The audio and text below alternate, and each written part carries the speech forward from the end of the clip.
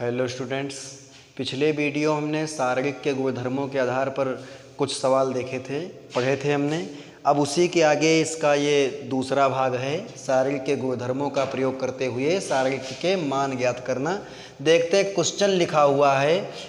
तो पहले स्तंभ में क्या दिया गया है? B square C square, C square ए स्क्वायर, ए स्क्वायर बी स्क्वायर। दूसरे स्तंभ में B C C A B है और ये बी प्लस सी प्लस ए प्लस बी। इसका मान हमें 0 के बराबर लाना है। देखिए कैसे इसको हम सॉल्व करेंगे। तो यहाँ पर जो साइड लिखा होता है उसको हम डेल्टा से प्रदर्शित कर लेते हैं और डेल्टा बराबर उसको लिख देते हैं। ये हो जाएगा B square C square, C square ए स्क्वायर, ए स्क्वायर बी स्क्वायर। ये हो गया। यहाँ पर आएगा बी सी, ये होगा सी ए और ये हो जाएगा ए बी, और ये आ जाएगा बी प्लस सी और ये सी प्लस ए और ये ए प्लस बी। ये तो लिखा हुआ है। अब इसको हम सॉल्व कैसे करेंगे? देखिए यहाँ पर बी सी है, यहाँ सी ए है, यहाँ ए बी है। तो यहाँ यदि बी सी के साथ ए गुणे में होता तो ए बी सी हो जाता, यहाँ बी गुणे में होता तो ए बी सी हो जाता, और यहाँ सी गुणे में होता तो ए बी सी हो जाता। चूँकि ये अवयव जो है जिसमें ए बी सी से हमको गुणा करनी पड़ी, जिसमें बताया है कि ए होता तो ए बी सी हो जाता। तो यहाँ पर ये विभिन्न पंक्तियों के अवयव हैं, इसलिए हम प्रथम पंक्ति में ए से गुणा कर देंगे सभी अवयवों की। दूसरी पंक्ति में सी और ए है तो बी से गुणा करेंगे, और तीसरी में ए और बी है तो सी से गुणा करेंगे। चूँकि हमको गुणा करनी पड़ी इसलिए हमको भाग भी करना पड़ेगा। तो भाग हम ए बी सी तीनों से बाहर कर देंगे और अंदर R1 की गुणा कर दीजिए।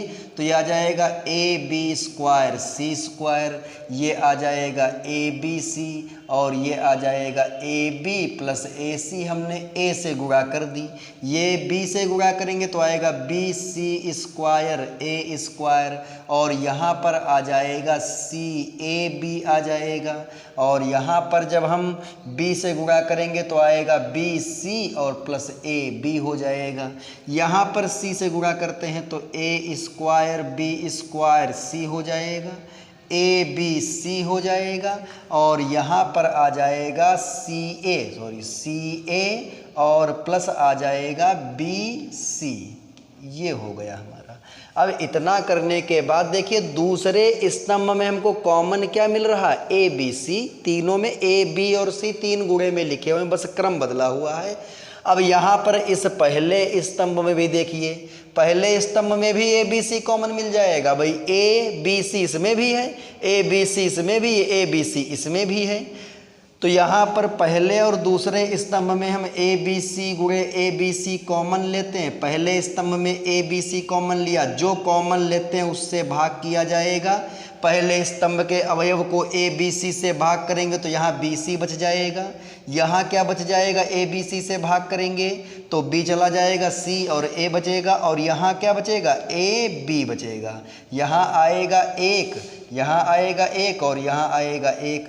यहाँ हो जाएगा ए बी प्लस ए सी, और यहाँ हो जाएगा बी सी प्लस ए बी, और यहाँ पर सी ए प्लस बी सी। ये हो जाएगा। देखिए अब इतना हमने हल कर लिया, इससे ये कैंसिल हो जाएगा। अब हमें कुछ ऐसा करना है, वो संक्रिया लगानी है जिसमें हमें किसी पंक्ति या किसी स्तंभ के सभी अवयवों में कुछ कॉमन मिल जाए। तो हम ये देखते हैं कैसे कॉमन मिलेगा, कैसे हम संक्रिया लगाएंगे। देखिए यहाँ पर बी सी में यदि ए बी ए सी को जोड़ दें तो बनेगा A B plus B C plus A C. अच्छा, सी ए में इन दोनों को जोड़ो, A B plus B C plus C A, और यहाँ भी अगर इन दोनों को जोड़ेंगे पहले तीसरे स्तंभ को तो ए बी बी सी सी ए, अर्थात तीनों चीज़ें एक ही हैं। A B plus B C plus C A, बस उनका क्रम बदला हुआ है। तो यहाँ पर परिवर्तन हम कर देंगे कि C3 में परिवर्तन करेंगे C3 प्लस C1। अब C1 में भी परिवर्तन कर सकते थे लेकिन C3 में पदों की संख्या ज़्यादा है इसलिए परिवर्तन उसमें किया जाएगा। तो ये डेल्टा इज इक्वल टू आ जाएगा ए बी सी, और यहाँ पर लिखा हुआ है बी सी सी ए बी, और यहाँ एक एक एक, और यहाँ पर आएगा A B plus A C plus B C. भाई हमने जोड़ दिया, यहाँ पर बी सी और ए बी लिखा था और जुड़ क्या जाएगा सी ए, और यहाँ पर सी ए प्लस BC लिखा हुआ था और जुड़ेगा क्या, AB। अब इस तीसरे स्तंभ के तीनों अवयवों को देखिए, तीनों में एक ही चीज़ लिखी हुई है, AB plus BC plus CA। देखिए AC को CA भी हम लिख सकते हैं, तो AB plus BC plus CA, तो एक कॉमन ले लेंगे, तो डेल्टा बराबर आ जाएगा ABC, ब्रैकेट में आएगा AB plus BC plus CA, और बचेगा क्या भाई, पहला स्तंभ जो था वो था BC CA AB, यहाँ पर आ जाएगा 1 1 1, और इधर भी 1 1 1। तीसरे स्तंभ में भी जब भाग करेंगे तो वही चीज़ है, तो इधर भी बनेगा। देखिए दूसरा स्तंभ और तीसरा स्तंभ सर्वसम हो गया, अर्थात उसके सभी अवयव एक ही जैसे, पहला पहले के बराबर, दूसरा दूसरे के और तीसरा तीसरे के, तो इसका मान कितना होगा, 0। तो इस सारणिक का मान क्या होगा, 0, 0 से गुणा करेंगे तो इसका मान क्या आ जाएगा, 0, और यही हमें सिद्ध करना था।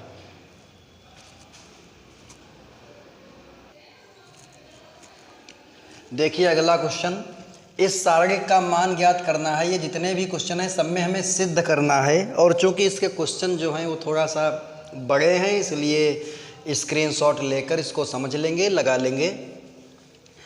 देखिए यहाँ पर पहले स्तंभ में एक एक्स स्क्वायर एक्स लिखा है, दूसरे स्तंभ में x1 एक्स स्क्वायर लिखा, तीसरे स्तंभ में x स्क्वायर x1 लिखा हुआ है। तो जब इसको हम सॉल्व करेंगे तो जो सारणी जिसका मान हमें ज्ञात करना है उसको डेल्टा बराबर हम लिख लेंगे, तो ये हो जाएगा यहाँ 1 एक्स स्क्वायर और ये x हो जाएगा, ये x 1 एक्स स्क्वायर, ये x स्क्वायर x और ये 1, ये इतना लिख लिया हमने।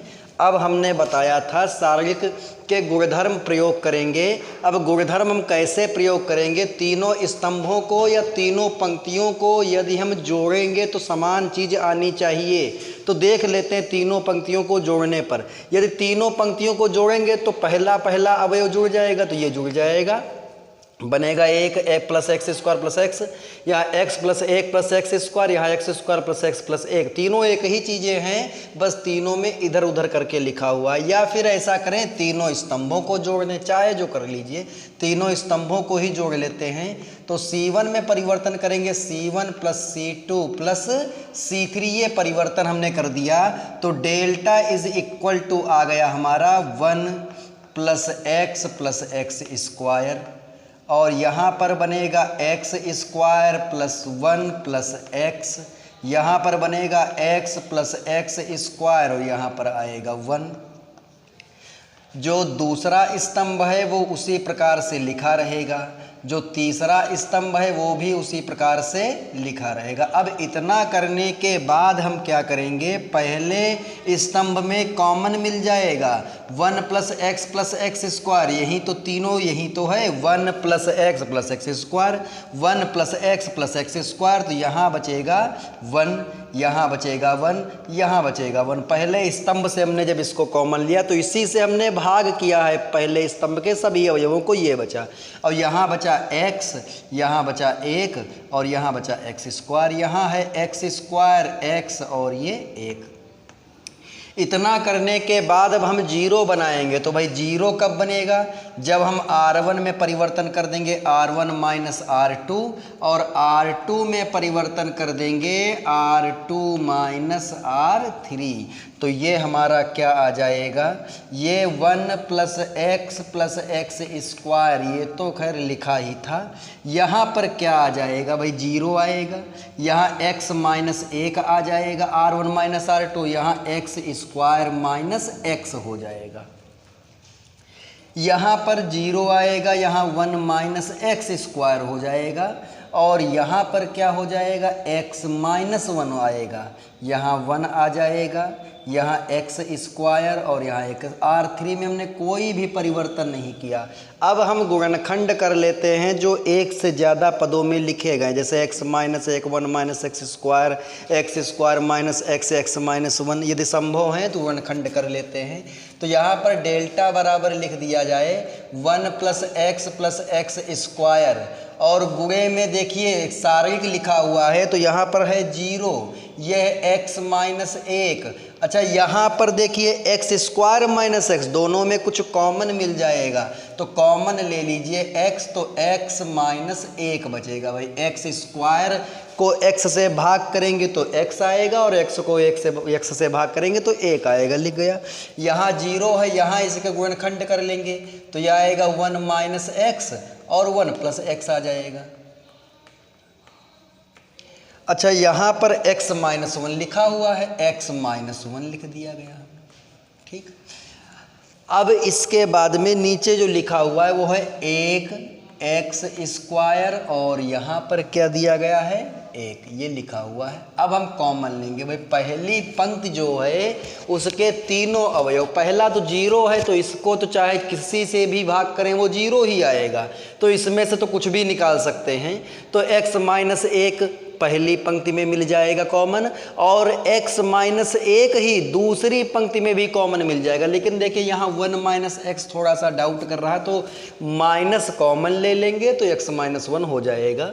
तो यहाँ पर ये आ जाएगा 1 प्लस एक्स स्क्वायर, और ये आ जाएगा x माइनस 1 और ये x माइनस 1। यहाँ पर जीरो बचेगा, यहाँ बचेगा एक और यहाँ बचेगा x।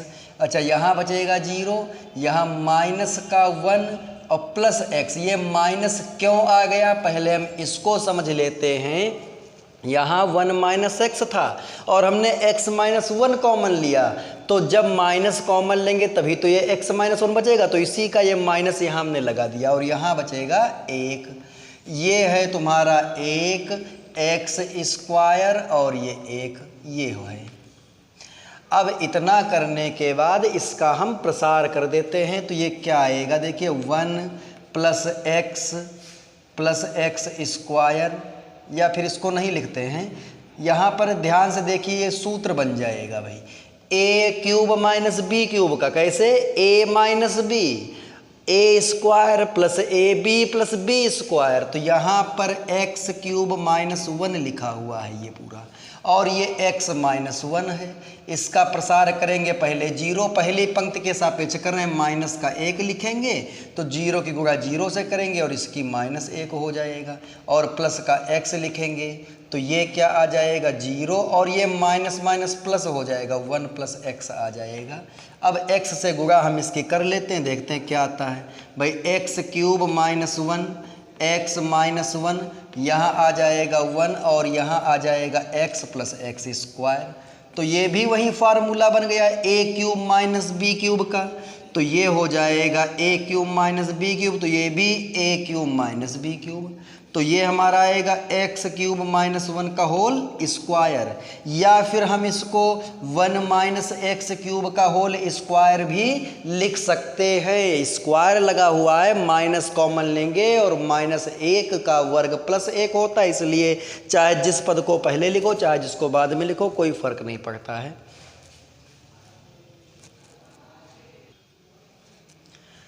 देखिए अगला क्वेश्चन जो है लिखा हुआ है डेल्टा इज इक्वल टू, पहले स्तंभ में 1 1 1 दिया गया, यहाँ पर लिखा 1 माइनस ओमेगा स्क्वायर, और ये ओमेगा स्क्वायर। ओमेगा क्या है, ओमेगा इकाई का अधिकल्पित घनमूल है, और ये हम पिछले वीडियो में बता चुके हैं ओमेगा की प्रॉपर्टी, जब हमने सिद्ध किया था 1 plus omega square is equal to 0, तो उसमें 0 ही उस सारगिक में आता होगा, तो उसमें हमने ओमेगा बताया था। ओमेगा इकाई का अधिकल्पित घनमूल होता है। देखिए तो यहाँ पर 1 1 लिखा, यहाँ पर भी 1 1 लिखा, तो हमें 0 सबसे पहले बनाना है। तो 0 तो बन जाएगा, कैसे बनेगा, या तो हम भाई C1 में से C2 को घटा दे तो यहाँ 0 बन जाएगा, C2 में से C3 को घटा दे यहाँ 0 बन जाएगा, या फिर R1 में से R2 को घटा दें, R2 में से R3 को घटा दे तो भी 0 बन जाएगा। तो हम परिवर्तन करते हैं, C1 में परिवर्तन करते हैं, C1 में परिवर्तन C1 माइनस C2 कर देते हैं, और C2 में जो परिवर्तन करते हैं वो C2 माइनस C3 परिवर्तन कर देते हैं। तो ये आएगा क्या हमारा डेल्टा इज इक्वल टू, ये 1 में से 1 जाएगा 0 बचेगा, इसमें से हमें इसको घटाना है, चूँकि दोनों माइनस के हैं, जब घटाएंगे तो चिन्ह बदल जाएंगे, आएगा 2 प्लस ओमेगा स्क्वायर, और यहाँ पर 1 माइनस ओमेगा स्क्वायर आएगा। यहाँ पर घटाएंगे तो 0 आ जाएगा, यहाँ पर घटाएंगे तो -1 -2 ओमेगा स्क्वायर हमारा बन गया, और यहाँ पर जब घटाएंगे तो ओमेगा स्क्वायर माइनस ओमेगा की पावर 4 बन गया, और ये हो गया 1 ओमेगा स्क्वायर ओमेगा की पावर 4। अब ये लग रहा होगा बहुत कठिन हो गया, गुणा नहीं कर पाएंगे इसका प्रसार करने के बाद। तो देखिए यहाँ पर एक नियम हमने बताया था ओमेगा क्यूब में, तो ओमेगा क्यूब का मान 1 होता है और omega square plus omega plus 1 बराबर होता है 0। इन दो रिजल्ट्स का प्रयोग हम करेंगे, दोनों परिणामों का, और फिर इसको हम सॉल्व कर लेंगे। जैसे यहाँ पर 1 लिखा, -1 लिखा, तो यहाँ से -1 इसको इधर भेज दीजिए, आएगा ओमेगा प्लस ओमेगा स्क्वायर, ये इसमें उठाकर रख देंगे। अच्छा, इसमें क्या ओमेगा स्क्वायर लिखा हुआ है, इसको हम ओमेगा क्यूब इंटू ओमेगा में तोड़ देंगे, और यहाँ पर 1 माइनस ओमेगा स्क्वायर, यहाँ तो कुछ हम कर नहीं सकते, और इसमें 1 प्लस ओमेगा स्क्वायर अलग करके मान रख लेंगे। देखिए तो हम मान रखना प्रारंभ करते हैं। भाई 0 लिख दिया, यहाँ पर लिख दिया 1, और प्लस ब्रैकेट में लिख दिया 1 प्लस ओमेगा स्क्वायर, ये हमने लिख दिया। यहाँ पर है 1 माइनस ओमेगा स्क्वायर, अब यहाँ से ये आ जाएगा 0, ये -1 की जगह पर मान रख दीजिए, 1 को इधर भेज देंगे तो ये ओमेगा स्क्वायर प्लस ओमेगा आएगा, -1 का मान ओमेगा स्क्वायर प्लस ओमेगा और -2 ओमेगा स्क्वायर, और यहाँ पर omega square minus omega cube into omega लिख देते हैं, ये 1 omega square omega cube into omega, ये भी लिख सकते हैं इसको, ओमेगा की पावर 4 है तो। अब 1 प्लस ओमेगा स्क्वायर का मान यहाँ रखेंगे तो ये क्या आ जाएगा, 1 प्लस ओमेगा स्क्वायर का मान यहाँ से निकालेंगे तो माइनस ओमेगा आएगा, माइनस ओमेगा, और इसके हम गुणनखंड कर देंगे 1 माइनस ओमेगा, और ये हो जाएगा 1 plus omega a square minus b square से। यहाँ पर इसको हल करेंगे आएगा 0, और ये आ जाएगा ओमेगा माइनस ओमेगा स्क्वायर, और यहाँ आ जाएगा ओमेगा स्क्वायर माइनस ओमेगा, ये आ जाएगा। देखिए omega square minus omega cube का मान 1 होता है तो ये बचेगा, यहाँ पर हो जाएगा 1 ओमेगा स्क्वायर, और यहाँ ओमेगा क्यूब का मान 1 होता है। अब इतना करने के बाद देखिए पहले स्तंभ में क्या कॉमन मिल रहा, दूसरे स्तंभ में क्या कॉमन, देखो दोनों एक ही चीज़, बस दोनों में चिन्ह का अंतर, यहाँ ओमेगा स्क्वायर प्लस का है तो वो यहाँ माइनस का है, यहाँ पर ओमेगा प्लस का है तो ये यहाँ माइनस का है। तो हम ऐसा करेंगे, इसमें 1 माइनस ओमेगा और इसमें omega minus omega square common ले लेते हैं, तो डेल्टा बराबर क्या आ जाएगा, 1 माइनस ओमेगा कॉमन पहले स्तंभ में, omega minus omega square common दूसरे स्तंभ में, तो आएगा क्या हमारा, देखिए यहाँ बचेगा 0, यहाँ बचेगा 1, और यहाँ बचेगा 1 प्लस ओमेगा। पहले स्तंभ में 1 माइनस ओमेगा कॉमन लिया, दूसरे में हमने omega minus omega square common लिया, तो यहाँ बचेगा 0, यहाँ बचेगा 1, और यहाँ बचेगा -1 बचेगा, और ये हो जाएगा 1 ओमेगा स्क्वायर और ओमेगा, ये आ जाएगा। अब हम इसका प्रसार आसानी से कर सकते हैं, तो प्रसार इसका हम कर देंगे, तो 1 माइनस ओमेगा, और ये आ जाएगा हमारा ओमेगा कॉमन ले लेते हैं इसमें, तो यहाँ भी बचेगा 1 माइनस ओमेगा, और इसका प्रसार करेंगे आएगा 0 प्लस 0 और प्लस आएगा 1, ये -1 आएगा, और -1 माइनस ओमेगा हो जाएगा, तो ये आ जाएगा ओमेगा 1 माइनस ओमेगा का स्क्वायर, और यहाँ पर आएगा -2 माइनस ओमेगा, ये आ गया। देखते हमें सिद्ध करना है 3 ओमेगा ओमेगा -1, तो ओमेगा -1 जो है यहाँ स्क्वायर हमने लिखा, स्क्वायर नहीं लिखते, एक इसके साथ 1 माइनस ओमेगा लिख लेते हैं, ओमेगा के साथ 1 माइनस ओमेगा, ये हमने एक साथ कर लिया, और यहाँ पर अब हम गुणा कर लेते हैं दोनों की। जब हम गुणा करेंगे तो क्या आ जाएगा, इन दोनों की हम गुणा करते हैं, देखते हैं क्या आता है भाई, माइनस का 2 आएगा और माइनस माइनस प्लस का 2 ओमेगा हो जाएगा। यहाँ पर क्या आ जाएगा, माइनस ओमेगा से गुणा करेंगे तो माइनस का ओमेगा आएगा और प्लस का ओमेगा स्क्वायर आ जाएगा। सॉल्व कर लीजिए इसको, तो ये आ जाएगा ओमेगा 1 माइनस ओमेगा, यहाँ पर -2, यहाँ पर बचेगा प्लस ओमेगा और प्लस ओमेगा स्क्वायर। हम वैल्यू पुट कर देंगे ओमेगा प्लस ओमेगा स्क्वायर की, यहाँ से वैल्यू निकल कर आएगी -1, तो -1 वैल्यू हम इसमें रख देंगे, तो ये आ जाएगा ओमेगा स्क्वायर 1 माइनस ओमेगा, और ये आ जाएगा -3। तो ऐसा करते हैं, माइनस की गुणा हम इसमें कर देते हैं, तो 3 ओमेगा स्क्वायर और ये ओमेगा -1 आ जाएगा, जो कि हमें यहीं सिद्ध करना था। ओमेगा स्क्वायर नहीं, ओमेगा ही था, वो ओमेगा स्क्वायर गलती से लिख गया था, ओमेगा ही यहाँ पर था। देखिए ओमेगा था, ओमेगा स्क्वायर वो लिख गया था यहाँ से जब बता रहे थे। ओमेगा 1 माइनस ओमेगा हो जाएगा, -3 आएगा, तो -1 जो है, 3 तो हमने लिख लिया, यहाँ ओमेगा लिखा वो भी हमने लिख लिया, लेकिन -1 जो यहाँ बच गया उसकी गुणा हमने 1 माइनस ओमेगा में कर दी, तो इसके चिन्ह बदल गए, और वहीं हमें सिद्ध करना था 3 ओमेगा ओमेगा -1।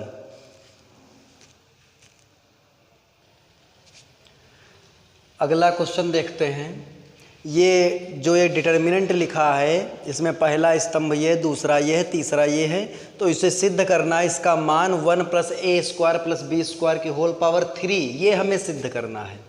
ये हमने लिख लिया। अब हमने बताया था कि इस प्रकार से इसको हम जोड़ेंगे, घटाएंगे, किन्हीं 2 पंक्तियों को या 2 स्तंभों को या तीनों स्तंभों को या तीनों पंक्तियों को जोड़ देंगे, हमें कॉमन मिलना चाहिए। देखिए कॉमन मिलेगा ही नहीं, चाहे 2 पंक्तियों को जोड़ो, चाहे 2 स्तंभों को जोड़ो, चाहे घटाओ, कुछ भी करके कॉमन नहीं मिलेगा। तो जब कॉमन मिलेगा नहीं तो हम दूसरे कॉन्सेप्ट पर आते, जीरो बनाएंगे। अच्छा, जीरो कैसे बनेगा? जब हम AB से AB घटाते हैं तभी जीरो बनता है। तो 2AB से किसी भी राशि को उसी राशि से घटाया जाएगा तब जीरो आएगा। भाई 2AB है तो 2AB को किससे घटाएंगे?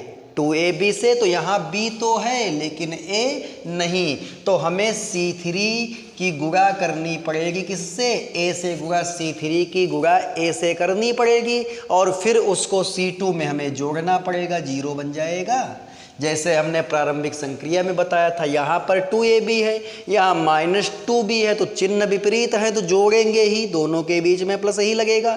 लेकिन यहाँ A नहीं, अगर यहाँ A होता इसमें जोड़ दे तो तुरंत ये जीरो बन जाता। तो ये परिवर्तन हम करेंगे किसमें? देखिए C3 की गुणा हमको A से करनी पड़ी, इसलिए C3 में परिवर्तन नहीं किया जाएगा। ये एक गुणधर्म था, तो परिवर्तन C2 में किया जाएगा। यदि हमें C2 में भी गुणा करनी पड़ती तो हम इधर भाग करते, फिर किसी से, जैसे C से गुणा करनी पड़ती तो C से हम भाग कर सकते थे और इसके बाद इसको हल करते। चूंकि C2 की गुणा हमने किसी से नहीं की और C2 में ही परिवर्तन किया, तो इसलिए यहाँ पर AC3, ये एक नियम बताया था हमने शारीरिक में कि किसी भी स्तंभ में उस स्तंभ के अवयवों में दूसरे स्तंभ के अवयवों के अपवर्त भी जोड़े या घटाए जा सकते हैं। ठीक उसी प्रकार से अब हमें C1 में भी कुछ परिवर्तन करना है C3 की सहायता से। देखो यहाँ 2AB है, यहाँ 2A है, तो 2AB में से 2A घटाया जाएगा तो C1 में परिवर्तन करेंगे हम। क्या परिवर्तन C1 में करेंगे? C1 में परिवर्तन C1 - BC3। देखिए यहाँ B होता तो ये 2AB बन जाता, यहाँ 2AB बन जाता और घटा देते, जीरो आ जाता। एक बार देखिए, जब ये C2 में हमें जीरो बनाना था तब कॉन्सेप्ट दूसरा था, और अब हमें C1 के किसी न किसी अवयव को जीरो बनाना, तो इसको तो जीरो बना नहीं सकते, इसी को जीरो बनाते हैं। 2AB है यहाँ, 2A यहाँ है, तो इस तरह से हमने ये परिवर्तन किया।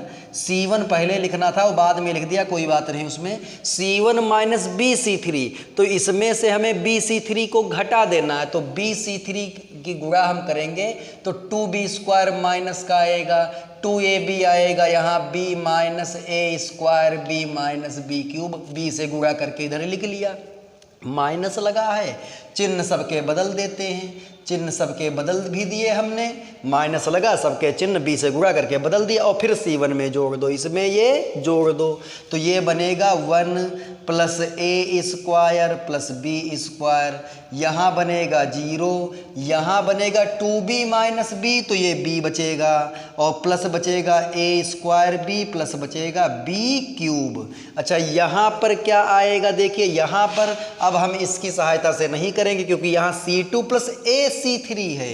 अब AC3 तो यहाँ A से गुणा कर लो, जैसे हमने इधर बनाया वैसे गुणा कर लो भाई। 2AB में 2AB जोड़ोगे 0 आ जाएगा।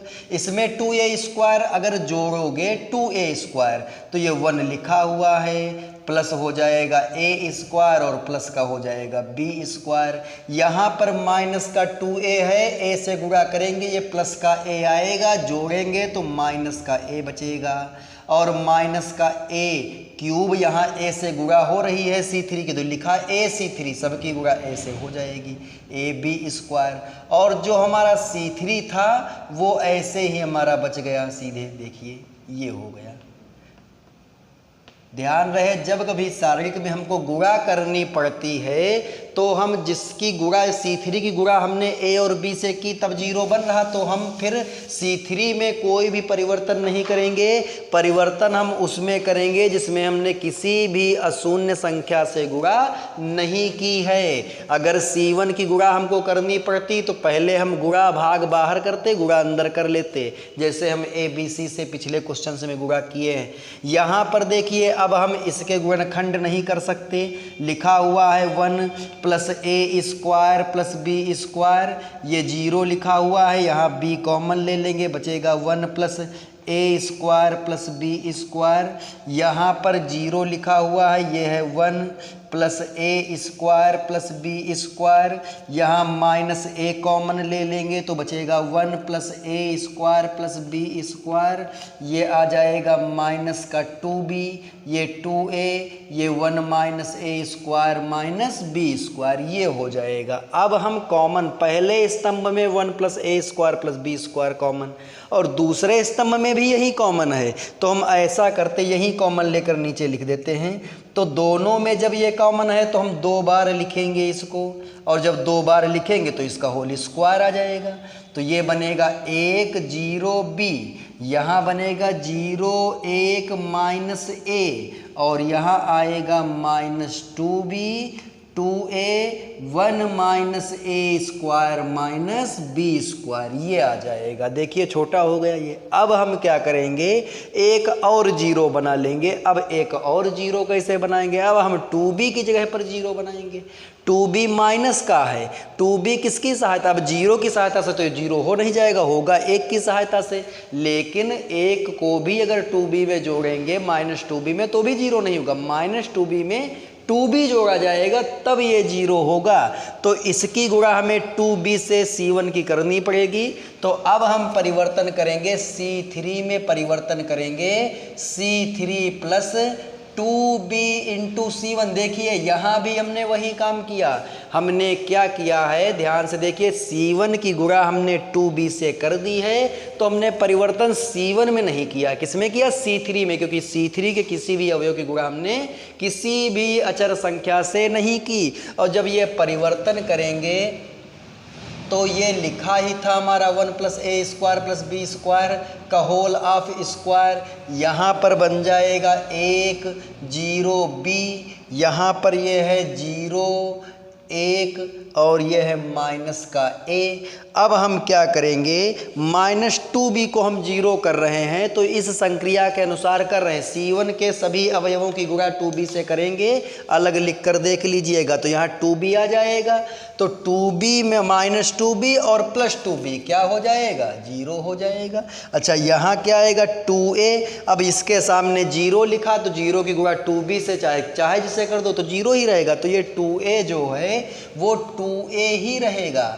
लेकिन अब ये तो बदल जाएगा हमारा, ये जो B है 2B से गुणा करेंगे तो 2B स्क्वायर हो जाएगा, इसमें जोड़ेंगे तो ये आ जाएगा 1 minus A square plus B square, ये हमारा बन जाएगा। देखिए 2B स्क्वायर प्लस का था और B स्क्वायर माइनस का हो गया। अब हम क्या करेंगे, अभी एक और 0 बनाना, 2A को भी 0 बना लेंगे, तो C3 में परिवर्तन करेंगे, C3 minus 2A into C2, ये परिवर्तन कर देंगे तो डेल्टा बराबर क्या आ जाएगा, 1 plus A square plus B square का होल ऑफ स्क्वायर, ये 1 0B यहाँ पर, और यहाँ पर क्या आ जाएगा, देखिए 0 1 माइनस, ये तो लिखा ही है, खैर यहाँ पर क्या आएगा, यहाँ पर जीरो था, जो जीरो में से जीरो कुछ भी करके घटाओ वही बनेगा 2a माइनस यहाँ पर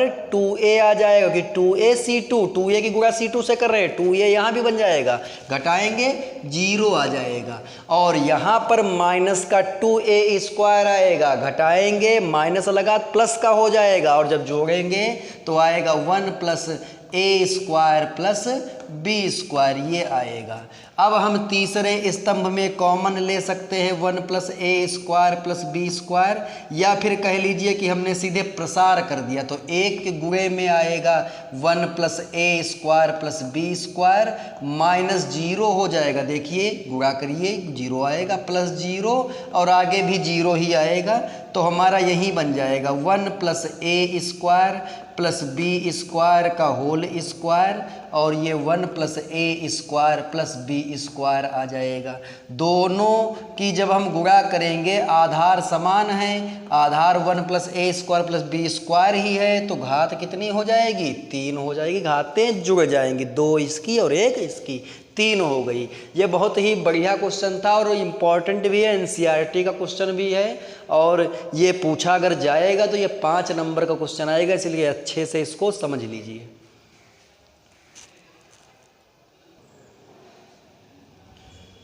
देखिए अगला क्वेश्चन हम देखते हैं।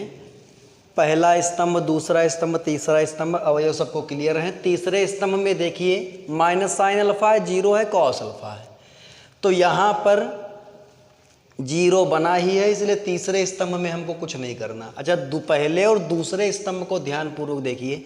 कॉस अल्फा यहाँ है, कॉस अल्फा यहाँ, यहाँ कॉस बीटा है और यहाँ साइन बीटा है, अर्थात यदि यहाँ साइन बीटा होता और यहाँ कॉस बीटा होता तो ये दोनों क्या हो जाते? जीरो हो जाते, घटाते। तो हम यही बनाने के लिए भाई C1 में हम गुणा करेंगे तो C1 की गुणा साइन बीटा से कर देंगे, क्योंकि पहले अवयवों को ध्यान में रखते हुए जब साइन बीटा से गुणा किया तो हमने साइन बीटा से भाग भी किया। C2 में हमने क्या किया? C2 में गुणा किया हमने किससे? कॉस बीटा से गुणा भी किया और कॉस बीटा से भाग भी कर दिया, क्योंकि यहाँ पर हमें C1 में जीरो बनाना है और C1 में भी गुणा करने की जरूरत पड़ेगी, इसीलिए हमने गुणा कर लिया। अगर C1 में गुणा करने की आवश्यकता न होती तो हम इसकी गुणा करके डायरेक्ट जीरो करते, जैसे इसके पहले क्वेश्चन में हमने किया था। तो डेल्टा बराबर जो ये बटे में आएगा उसको हम बाहर लिख लेते हैं। अब ये क्वेश्चन आ सकता है दिमाग में कि यहाँ पर भाई बाहर क्यों लिख दिया, तो इन तीनों के बटे में साइन बीटा आएगा, इन तीनों के बटे में कॉस बीटा आएगा, तो 1 बटे साइन बीटा इसमें कॉमन ले लिया, 1 बटे कॉस बीटा इसमें कॉमन ले लिया, करके देख लेना उसमें। तो ये आ जाएगा कॉस अल्फा कॉस बीटा और ये आ जाएगा साइन बीटा। भाग हमने बाहर कर दिया, अब गुणा हमको केवल करनी है, तो माइनस साइन स्क्वायर बीटा आ जाएगा और ये साइन अल्फा कॉस बीटा और साइन बीटा हो जाएगा। अच्छा, ये क्या आएगा? Cos alpha sign beta into cos beta. भाई कॉस बीटा से गुणा हम C2 की कर रहे हैं, तो ये कॉस स्क्वायर बीटा आ जाएगा। यहाँ पर क्या आएगा? Sine alpha sign beta cos beta, ये हो जाएगा। अब इसके बाद माइनस साइन अल्फा जीरो और कॉस अल्फा, ये हमने लिख लिया। अब इतना करने के बाद हम चाहे C1 में से C2 घटा दें तो भी जीरो बनेगा, और या फिर C2 में से C1 घटा दें, तो ऐसा करते हैं C2 माइनस C1 करते हैं और ये परिवर्तन C2 में से C1 को घटाए तो C2 में परिवर्तन करते हैं। तो डेल्टा बराबर हमारा बनेगा क्या? देखिए 1 बटे आएगा साइन बीटा कॉस बीटा, ये आ जाएगा। अच्छा, यहाँ क्या हो जाएगा?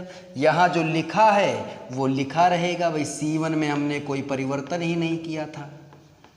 माइनस साइन स्क्वायर बीटा और ये sine alpha cos beta sine beta हो गया। इसके बाद देखिए इसमें से ये घटाएंगे, देख रहे हैं तीनों में एक ही चीज़ है, कॉस अल्फ़ा कॉस बीटा, यहाँ भी कॉस बीटा यहाँ भी गुणे में, साइन बीटा यहाँ भी साइन बीटा यहाँ भी, घटाएंगे तो जीरो बन जाएगा। इसमें से ये घटाएंगे तो cos square beta plus sine square beta आ जाएगा, और इसमें से घटाएंगे तो ये जीरो आ जाएगा। अब ये माइनस साइन अल्फ़ा, ये जीरो और ये कॉस अल्फ़ा। देखिए क्वेश्चन सॉल्व हो गया लगभग। इसका मान क्या होता है एक, और इसमें हम साइन बीटा किसी काम का नहीं, बाहर ले लेते हैं साइन बीटा को, तो ये डेल्टा बराबर हमारा क्या आ जाएगा, डेल्टा बराबर क्या आ जाएगा, देखिए डेल्टा बराबर आएगा cos beta sine beta, sign beta पहले स्तंभ में कॉमन लिया गया है तो साइन बीटा था, और नीचे लिखा हुआ था sign beta into cos beta. देखिए हमको गुणा करनी पड़ी साइन बीटा से C1 में, और वो हमको फिर से कॉमन मिल गया, साइन बीटा इसमें से हटा देते हैं तो जो था वही बचेगा। क्या था, कॉस अल्फ़ा कॉस बीटा, यहाँ माइनस साइन बीटा हो गया, और क्या बचा, साइन अल्फ़ा कॉस बीटा, ये हो गया। अच्छा यहाँ पर क्या आ गया, जीरो, यहाँ बना एक और यहाँ भी जीरो बन गया, यहाँ माइनस साइन अल्फ़ा हुआ, यहाँ जीरो हुआ, यहाँ कॉस अल्फ़ा हुआ। अब इतना करने के बाद हम क्या करते हैं, इसका प्रसार कर लीजिए तो भी ये हल हो जाएगा, और कोई जीरो हम बना नहीं सकते, कॉस अल्फ़ा यहाँ है और साइन अल्फ़ा यहाँ है, यहाँ पर साइन अल्फ़ा है तो यहाँ कॉस अल्फ़ा है, सीधे इसका प्रसार कर लीजिए, साइन बीटा से ये कट जाएगा, ये आएगा 1 कॉस बीटा, और ये क्या आ जाएगा भाई कॉस अल्फ़ा कॉस बीटा। जब हम इसकी गुणा करेंगे तो ये आएगा कॉस अल्फ़ा माइनस जीरो, और plus zero minus sine alpha आ जाएगा, और यहाँ पर क्या आ जाएगा, जीरो माइनस, ये यहाँ लिख देते हैं, वहाँ आएगा नहीं, साइन अल्फ़ा के गुणे में यहाँ लिख देते हैं, साइन अल्फ़ा के गुणे में क्या आ जाएगा, जीरो और माइनस का sine alpha into cos beta, ये हो गया। हमने इसका प्रसार कर लिया। अब इसके बाद गुणा करते हैं, तो जब गुणा करेंगे तो ऊपर बनेगा cos square alpha cos beta, और प्लस बनेगा sine square alpha cos beta, ये हो जाएगा, और बटे में क्या आ जाएगा, कॉस बीटा। अब हम कॉस बीटा से दोनों को अलग अलग भाग देंगे, तो यहाँ बचेगा कॉस स्क्वायर अल्फ़ा और यहाँ बचेगा साइन स्क्वायर अल्फ़ा, तो cos square alpha plus sine square alpha का मान 1 हो जाएगा, इसका मान 1 आएगा, सर्वसमीका है। ये भी क्वेश्चन बहुत इंपॉर्टेंट है, ये NCERT का भी क्वेश्चन है, विविध प्रश्नावली में ये होगा। विविध प्रश्नावली में एक और क्वेश्चन है, लिखा होगा थीटा से स्वतंत्र है इस तरह का, तो उसमें डायरेक्ट प्रसार कर देना है, और फिर सर्वसमीका जो ये है cos square theta plus sine square theta, इसी का प्रयोग कर देना है। वो क्वेश्चन हम नहीं बता रहे हैं, उसको अपने आप लगा लीजिएगा डायरेक्ट प्रसार के द्वारा।